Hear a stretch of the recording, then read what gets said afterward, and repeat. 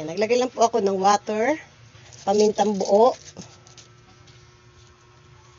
laurel, saka 2 pirasong star anise. Para po mas mabango at masarap yung karne. At naglagay din po ako ng pork cubes. 1 piraso lang po para mas malinamnam yung karne. Habang nilalaga pa lang, lumasa po. Para pag pinrito, masarap. Takpan ko lang po, hintayin kong kumulo. Maglagay din po pala ako ng konting patis. Yung pinakaalat niya. Kaya kumukulo na po, ilagay ko na itong karne ng baboy.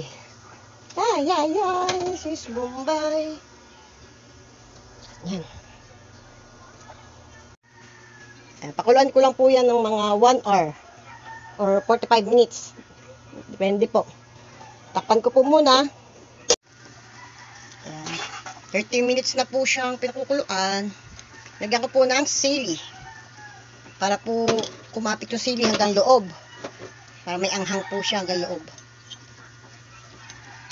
Pakuluan ko pa po ng 30 minutes. Ayan, 1 hour ko na pong pinalambutan. Pwede na pong patayin. At kuhanin ko muna para matiktik. Para ma-cool down muna bago ipirito. Yan. Ito po. Cool down ko po muna bago ipirito. Mainit na po yung kawali. Maglagay po ako ng mantika. Mainit na rin po yung mantika. Ilagay ko na po ito. Konting init pa lang ng mantika. Para hindi tumilansik. Ay.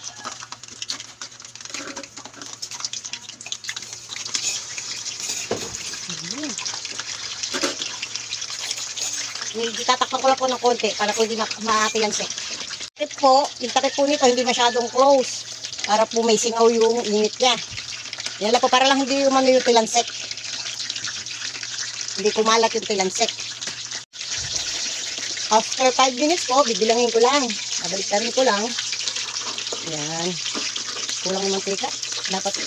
Dapat po, ano eh, maraming mantika. Ay! Tilansik na nga. Aray! Yan, takpan ko po ulit muna. Prito ko po ulit ng 5 minutes. Ay! Nilansik na nga. Ayan. Kaya kailangan po may takip.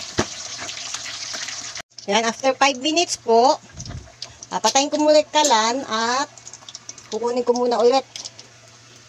At i-cool down ko po muna para lamigin muna. Do-double fry po.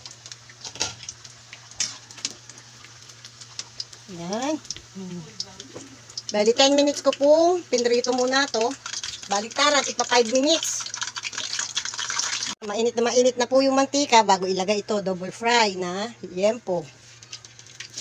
Hindi na po titilasik dami yan. Dahil wala na siyang tubig sa loob. Ay! Ano po yan, kailangan po high heat na po yung apoy niya. Malakas na malakas po para malutong. After 3 minutes po, ibaliktad naman ulit. Para ito namang ang maluto. May balak. Ayan.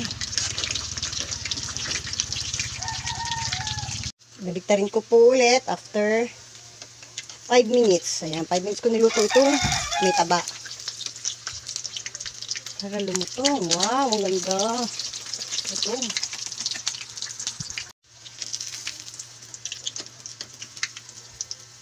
Yan, pwede na po ito. Galing ko na po.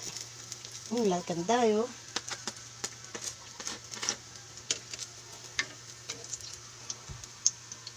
Yan.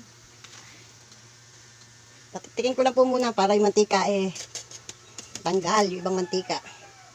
Sarap ito. Pakalutong po.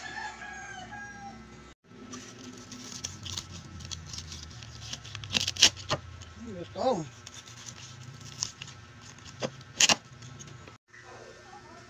Sarap.